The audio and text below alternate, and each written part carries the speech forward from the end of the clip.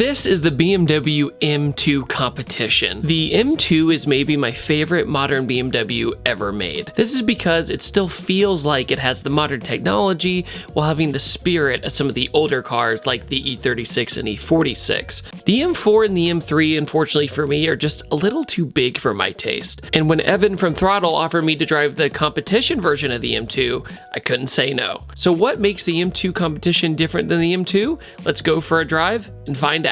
Hello and welcome to Evan from Throttle's M2 competition.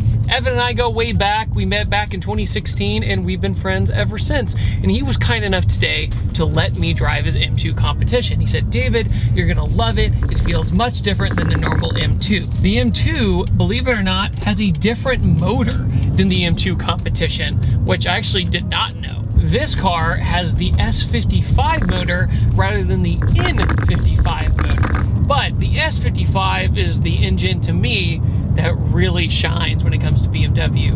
And you know, when it comes to the modern BMW anyway. And this one has a stage 1 tune on it, and it makes about 550 horsepower to the crank. We're not sure what it makes to the ground. So Evan was just like, you'll butt dyno, you'll figure it out, don't worry.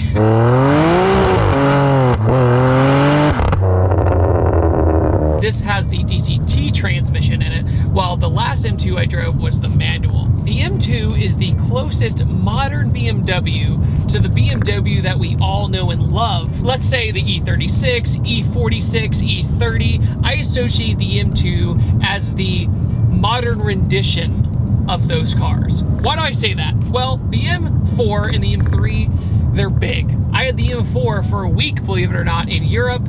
It was fun, but man, did it just feel like a big car. The M2 feels more nimble, it's smaller, and it just has a little bit more character as well than the M4. The M4 feels like this, but too long. And the seating position in this also feels better. This feels like more of a sports car. Side note, the screen on the dash is the exact same one that you would find on the Toyota Supra.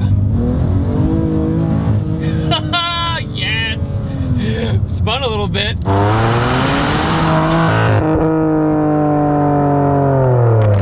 She gets up and goes, man. And with this DCT, it shifts incredibly fast.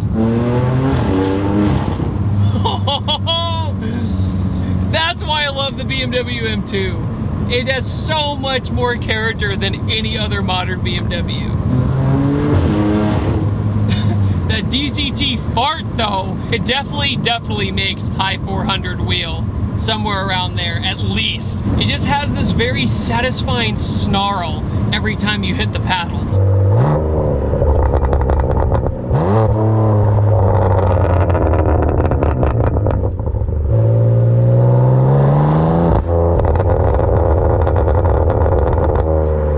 Oh yeah, you can find yourself in trouble in this car very, very quickly.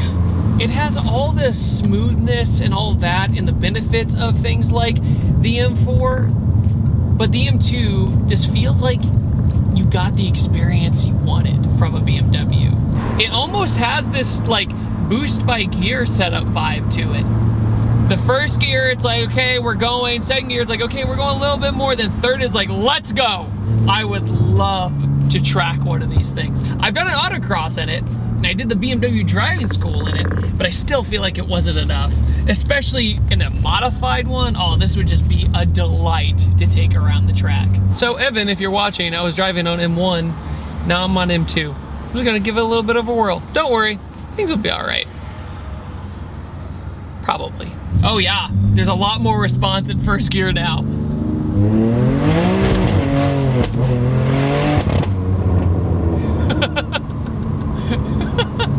I like M2 mode.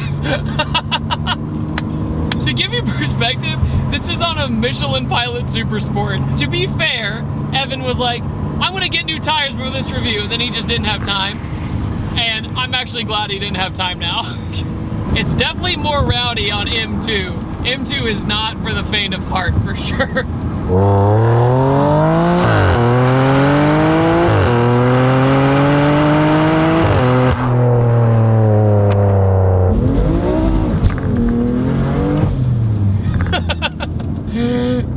I just wanted to see what first gear was like. The whole car unloaded for a second. I let off so it could catch itself, and then it came right back in second. Spinning ain't winning nowadays, boy. Woo! I saw that one. That was a second to third, and it just did that. Oh, you've done so good, M2. Done so good. And all the materials are nice, it's comfortable. You have like racing seats, but they're comfortable enough where they have a good lumbar support for your back. Evan has owned pretty much every BMW sports car under the sun, or sports sedan under the sun. And he says, this is the one, right? This is the one that really made him go, that's a BMW. I also want to add that I'm very proud of BMW as a German car company that lets the customer turn off every single nanny and every single traction control. I salute you, BMW. Thank you for letting us do that, even though it's not always the smartest decision.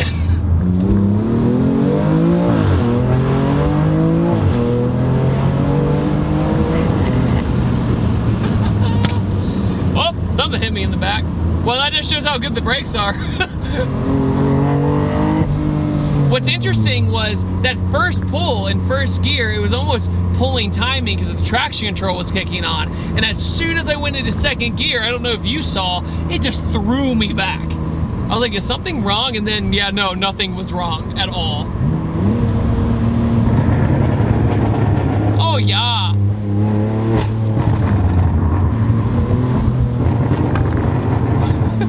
See, it ends at the perfect time. If that burble went any bit longer, I'd be like, all right, that's enough. Also, another thing I like to add is, yes, this car is gray. And the color gray, like this primer looking gray or Nardo gray, whatever you want to call it, really caught on the past 5-10 years. And I'm kind of over it usually, but thankfully the M2, it really suits this car and it doesn't look out of place. All